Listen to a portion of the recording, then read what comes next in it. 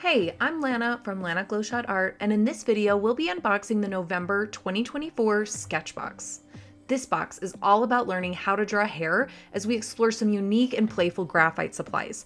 Ready? Let's go! The surface in this month's box is the Stillman & Byrne Zeta Series white mixed media paper. This heavyweight surface is perfect for both the wet and dry techniques we will be using throughout this video. We also have two graphite colored pencils in Cocoa and Juniper, and the SketchBox Signature Flat Shader Brush in size 6. Graphite pencils are a combination of watercolor pigment and graphite, which can be used dry, or you can add water to them with the shader brush as I'm doing here with Cocoa. When you keep a sharp point on these pencils, they can be used to create texture, render fine details, and to lay in the dark values.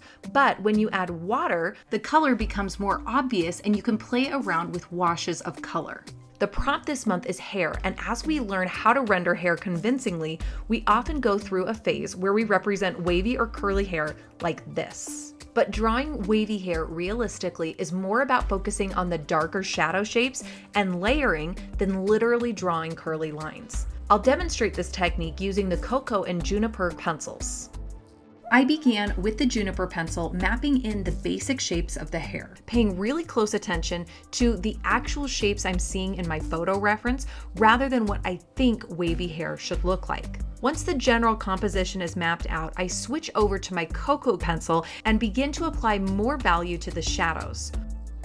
When I lay in the shadows, I'm not thinking about drawing individual hairs, but I am considering the direction that the hair is curling and waving in, and I am making my pencil go in that direction.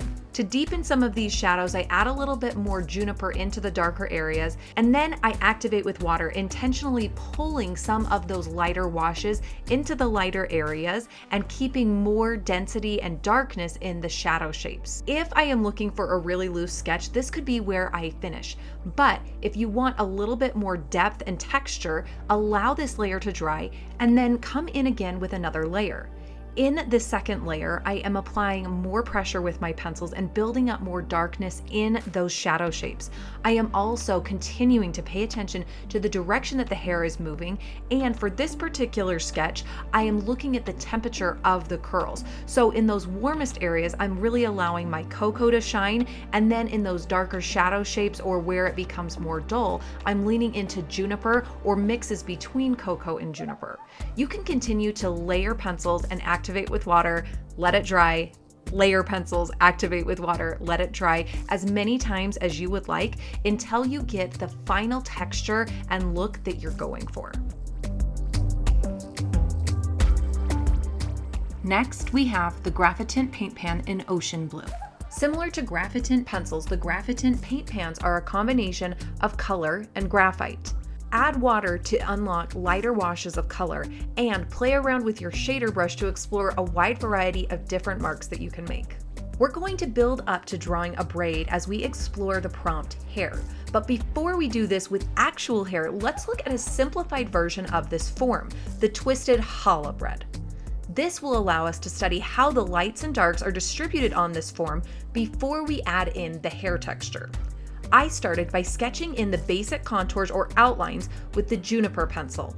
Then, using just the Ocean Blue paint pan, I began to render the form. Adding just a bit of water to my paint pan, I start with the darkest darks first. And in this photo reference, these darkest parts are on the underside of each of these twists. Once I apply a darker value, I quickly add some more water and apply it to the top edge of that shadow. And I begin to add more and more water as I move up and round out each of these twists. I go through each segment the exact same way, starting with my darker values and then modulating and adding water to lighten them up. Once this layer is completely finished, I let it dry completely so I don't get any wet on wet effects, and then I dive back in with another layer of Ocean Blue. In that first layer, I was really just getting a feel for where the shadows are, but now I'm building up enough value so that the darks are dark enough.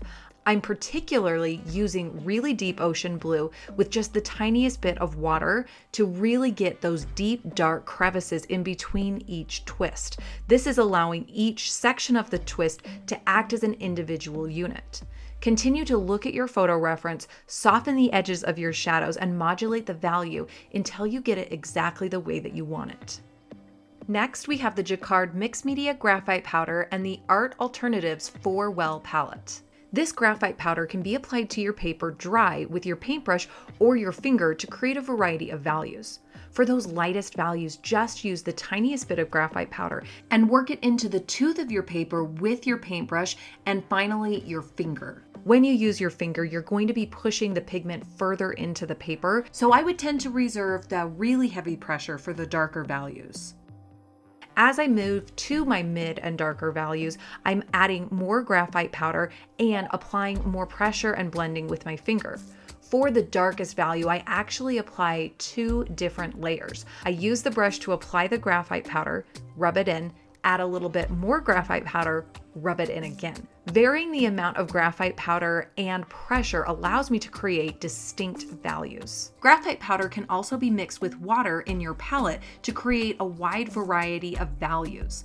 More water equals lighter values. If you're looking to create a really solid block of color, I would recommend building this up in layers because the way that the graphite suspends in the water tends to show the mark of the brush quite a bit and to be a little bit inconsistent. And I love this about it. It creates a much more painterly effect.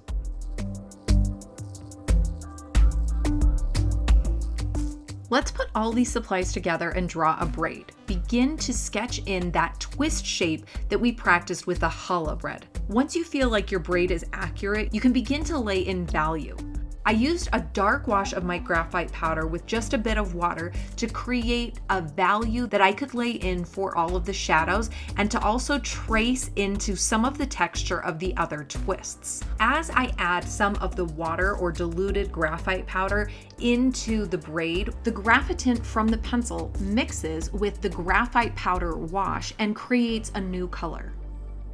For the background, I'm mixing ocean blue with some of the graphite powder to create a deeper, less saturated blue. I vary the value of this blue with more water for the left side where it's lighter and less water and more graphite powder on the right side where the area is in shadow. After this layer of paint is completely dry, I switch over to my pencils and begin to build up texture. I go in the direction that the twist is moving and I pay attention to value, but I'm laying it in linearly so that it creates that texture of the hair.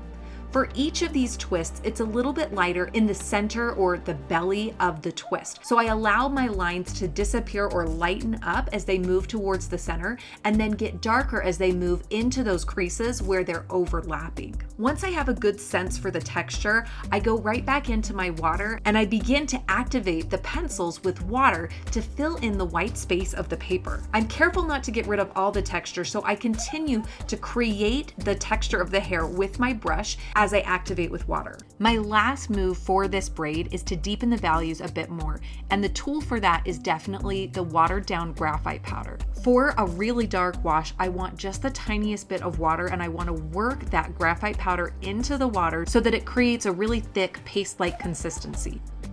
Now let's practice hair on a portrait.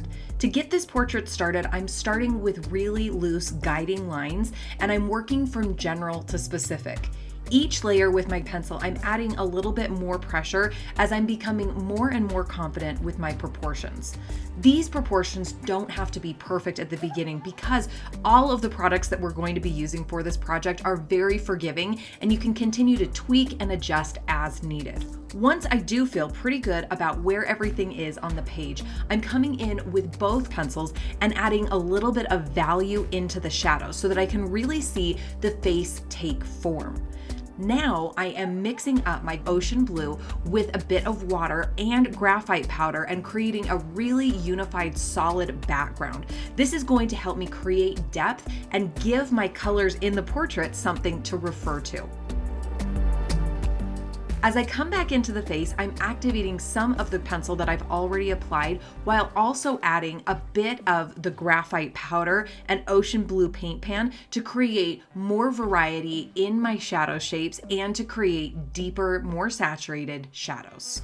As I finish up this first layer of material, I am also looking at the shadows in the clothing and the shadows in the hat. I'm applying these dark values with a combination of the ocean blue and the graphite powder, and I'm adjusting and playing around with the intensity of the color by pulling off on the graphite powder or bringing more ocean blue in. I allow this first pass of color to dry completely, and then I come back in with my pencils.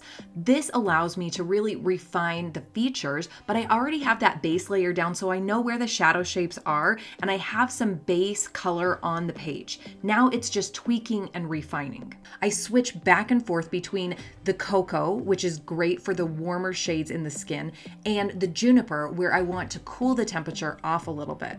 Then, as I activate the graphite pencils, I can pull in some ocean blue to neutralize the colors that I've created or to deepen the shadows.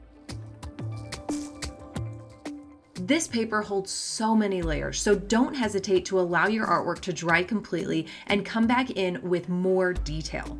Allowing your paper to dry completely is going to keep your edges and lines crisper, but if you really enjoy that feathered line or a wet on wet approach, you can work right into wet layers.